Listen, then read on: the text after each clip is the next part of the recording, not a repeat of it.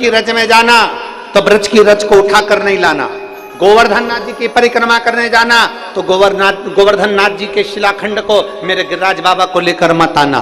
आप किसी तीर्थ में घूमने के लिए जाना तो वहां की रज को लेकर मत आना। ना जाने उस रज में, उस जल में ना जाने कितने जीव होंगे जो तप कर रहे होंगे, साधना कर रहे होंगे और भगवान से प्रार्थना कर रहे होंगे कि आपके चरण की रज मिलेगी। कोई संत के चरण की रज, कोई सदगुरु के चरण की रज, कोई जीव के चरण की रज मिलेगी और कल्याण हो जाएगा। हाँ, अगर काशी में भी तुम्हें गंगा जल लाना है तो काशी के गंगा जल को लाने से पहले शंकर जी को समर्पित कर कर एक लोटा जल शिव को चढ़ा दो पहले, फिर वहीं से भरकर मेरे बाबा से आज्ञा लेकर उस काशी के जल को लेकर आ जाओ कि बाबा अब गंगा जी का जल नहीं, मुझे आपका चढ़ा हुआ मस्तक का जल लेकर जा रही हूं जो संपूर्ण जीवों का कल्याण करने वाला है।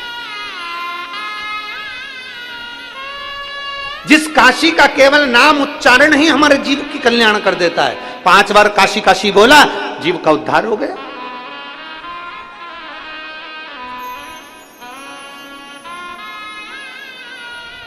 कभी जिंदगी में काशी जाओ तो काशी के जल को अपने मस्तक पर चढ़ाओ, काशी की रज को अपने मस्तक पर चढ़ाओ और काशी के जल को अगर लेकर आना है तो मेरे काशी विश्वनाथ जी का नाम लेकर, मेरे विश्वनाथ जी का दर्शन कर कर मेरे विश्वनाथ जी के सामने वो जल ले जाकर फिर लेकर आओ। क्यों? क्योंकि जब जल काशी विश्वनाथ जी के सामने जाएगा तो उस जल पर मेरे बाबा की दृष्टि पड़ जाएगी और हम जैसे जीवों का कल्याण होता है वैसे जल के जीवों का भी कल्याण हो जाएगा। जाओ शिव तत्व को पाने। कितने जीव रहते हैं काशी में, उनकी गति, उनकी मुक्ति शिव तत्व से।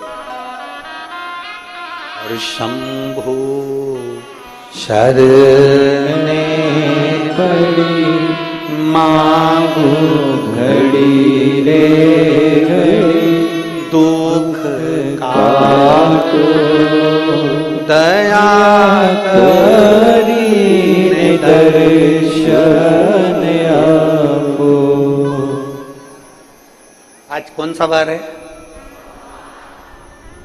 क्या है आज? महीने की मासिक शिवरात्रि। पक्की किस्मत लायो पट्टे पे लिखा के।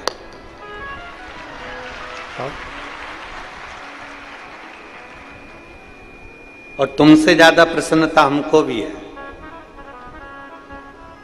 1 महीने बाद हमारी कथा चालू भी करे तो बाबा की कृपा से मासिक शिवरात्रि के दिन और सोमवार के दिन प्रारंभ हो। ये प्रसन्न बोल बम का नारा है,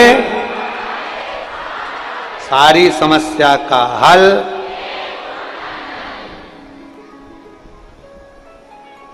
ये आपके साथ में हमारी भी प्रसन्नता है, शिव कृपा।